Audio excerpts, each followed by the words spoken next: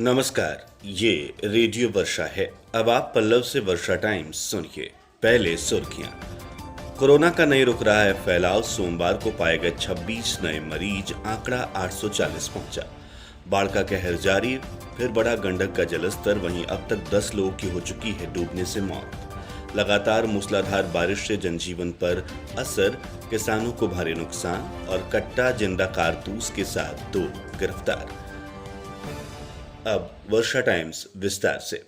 जिले में कोरोना का फैलाव रुकने का नाम नहीं ले रहा है। सोमवार को 26 नए मामले पाए गए। गोपालगंज सिविल सर्जन की पत्नी भी कोरोना पॉजिटिव पाई गई हैं। जिले में कुल मरीजों की संख्या 840 पहुंच गई है। लगातार जिले में मरीज मिल रहे हैं। 26 की संख्या में सोमवार को मरीज पाए गए हैं। सभी पाए गए मरीजों के परिवार वालों की जांच के लिए civil surgeon doctor TN Singh ने आदेश जारी किए हैं।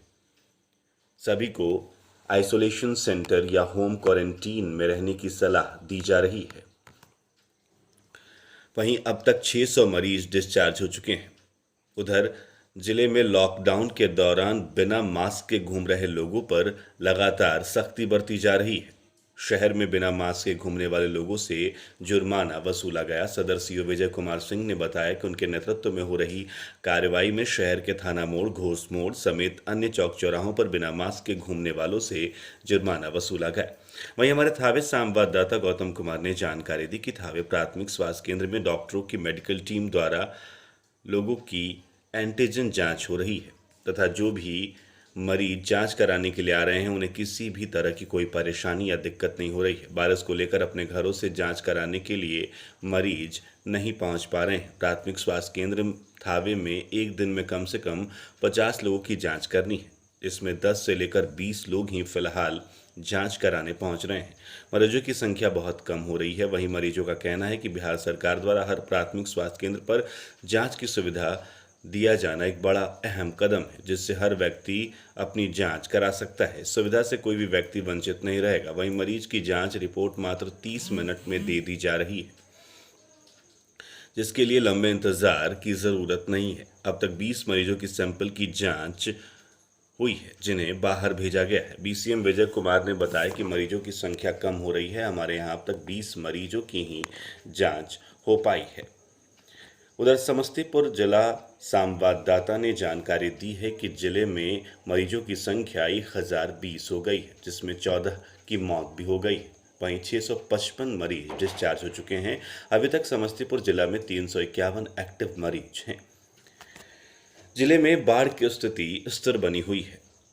वहीं गंडक का जलस्तर फिर बढ़ रहा है। करीब 2.5 लाख क्यूसेक पानी का बहाव गंडक नदी में हो रहा है। वाल्मीकि नगर बैराज से सोमवार की सुबह 2,36,000 क्यूसेक पानी छोड़ा गया। इसके पहले करीब 1.5 लाख क्यूसेक पानी का बहाव हो रहा था। 5 प्रखंडों के 23 पंचायतों में पूरी तरह से बाढ़ का पानी घुस गया है, जिससे ये पंचायतें बुरी तरह से प्रभावित हैं। 38 पंचायत आंशिक रूप से प्रभावित हैं। गोपालगंज जिले के फ्लड में 1,13,844 लोग प्रभावित बताए जा रहे हैं। करीब 1 लाख लोगों को बाहर निकाला गया है। वहीं 95 कम्युनिटी किचन बनाया गया है। 11 राहत केंद्रों का भी संचालन किया जा रहा है, जिसमें 3,000 के लगभग लोग ने शरण ले ली है। उधर बाढ़ में राहत केंद्रों और कम्युनिटी किचन के जरिए प्रतिदिन 91,770 लोगों को खाना खिलाया जा रहा है।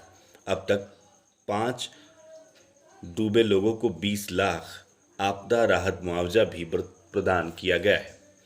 उधर बरौली के परसा गांव में मामा के घर आए अशफाक अरमान की डूबने से मौत हो गई। इनकी उम्र 17 वर्ष बताई जा रही है। अशफाक चांदपाली जीरादेई सिवान का रहने वाला था।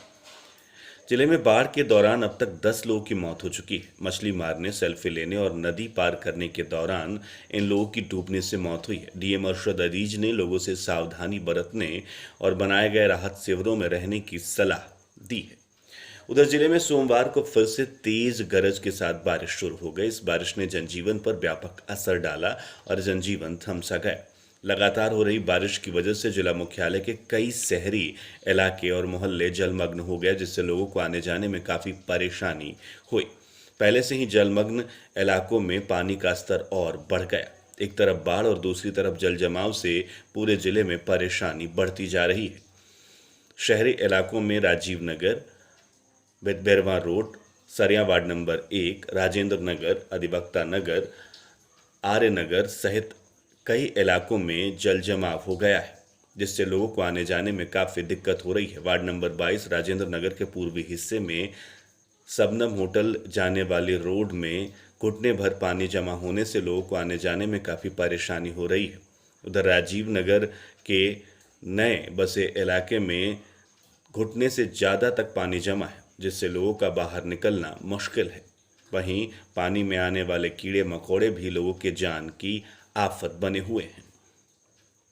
उधर हमारे थावे संवाददाता ने जानकारी दी कि थावे में भी पानी का व्यापक असर हुआ है। साथ ही जिले में हो रही तेज बारिश ने बाढ़ पीड़ितों को भी बड़ी मुश्किल में डाला है। सड़क पर प्लास्टिक टांग कर रह रहे बाढ़ पीड़ितों को बारिश ने काफ़ी परेशान किया है। वो बारिश में भीगने पर मजबूर हैं।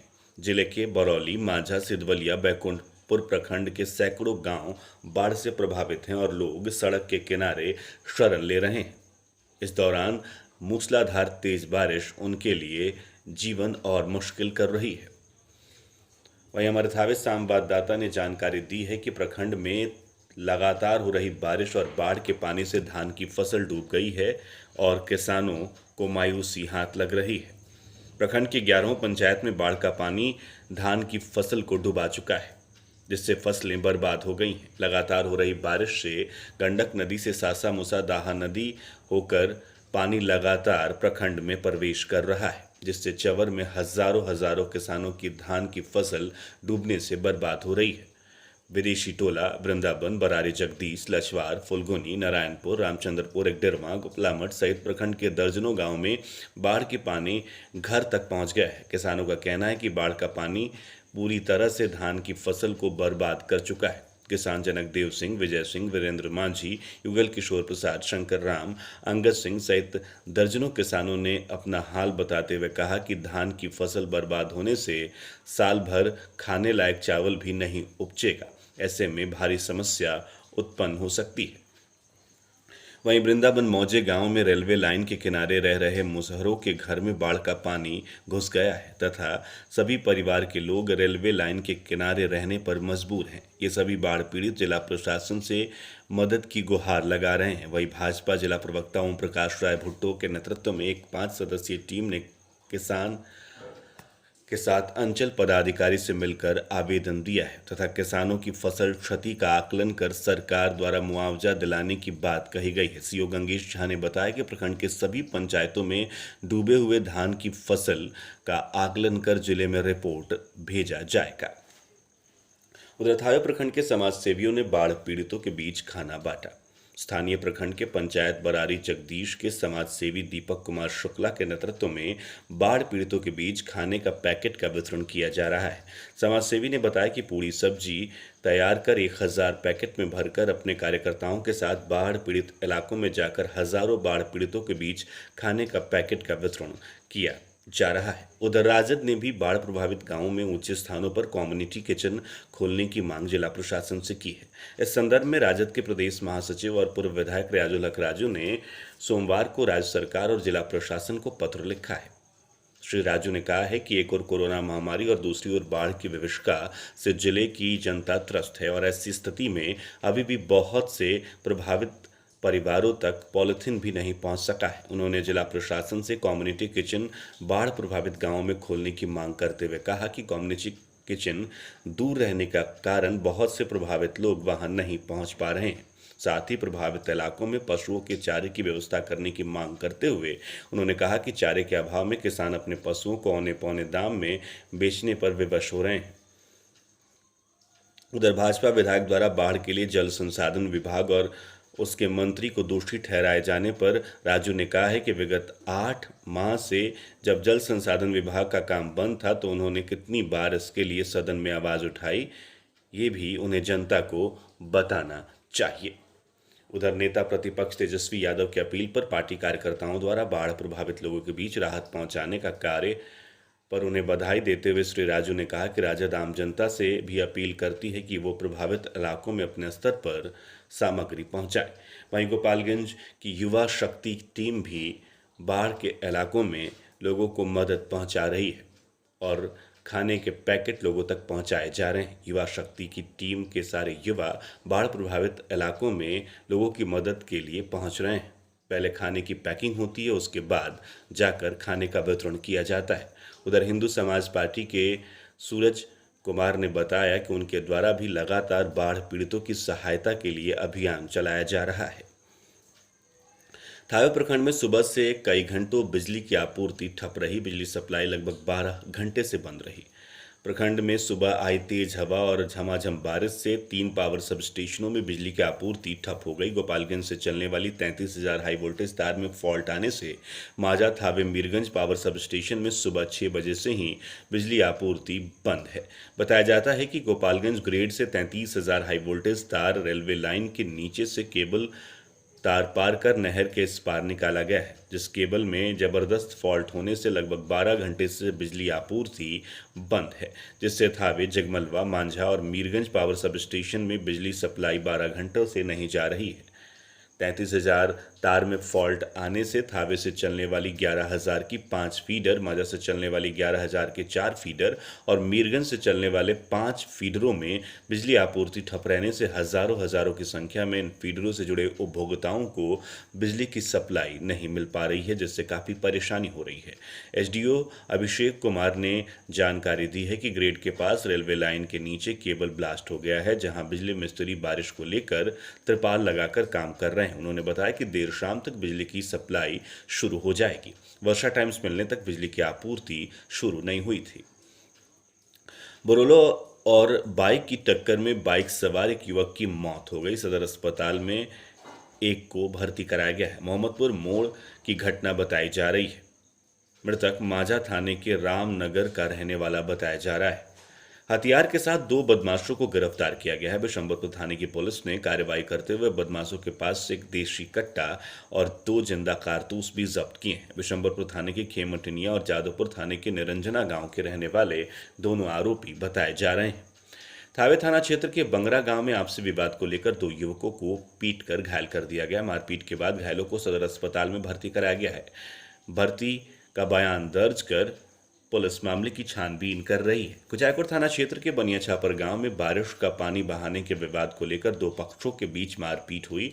एक ही परिवार के 8 सदस्यों को पड़ोसियों ने बंदूक के कुंदा से और फरसा से मारकर जख्मी कर दिया। सदर अस्पताल में इन घायलों का इलाज चल रहा है। अब अंत में सुर्खियां एक बार फिर। कोरोना का नहीं रुक रहा है फैलाव। सोमवार को पाए गए 26 नए मरीज। जिले में आंकड़ा पहुंचा 840। बाढ़ का कहर जारी, फिर बढ़ा गंडक का जलस्तर। वहीं अभी तक 10 लोगों की हो चुकी है डूबने से मौत। लगातार मूसलाधार बारिश से जनजीवन अस्त व्यस्त, किसानों को भारी नुकसान और कट्टा जिंदा कारतूस के साथ 2 गिरफ्तार। इसके साथ ही वर्षा टाइम्स का ये अंक समाप्त हुआ। नमस्कार।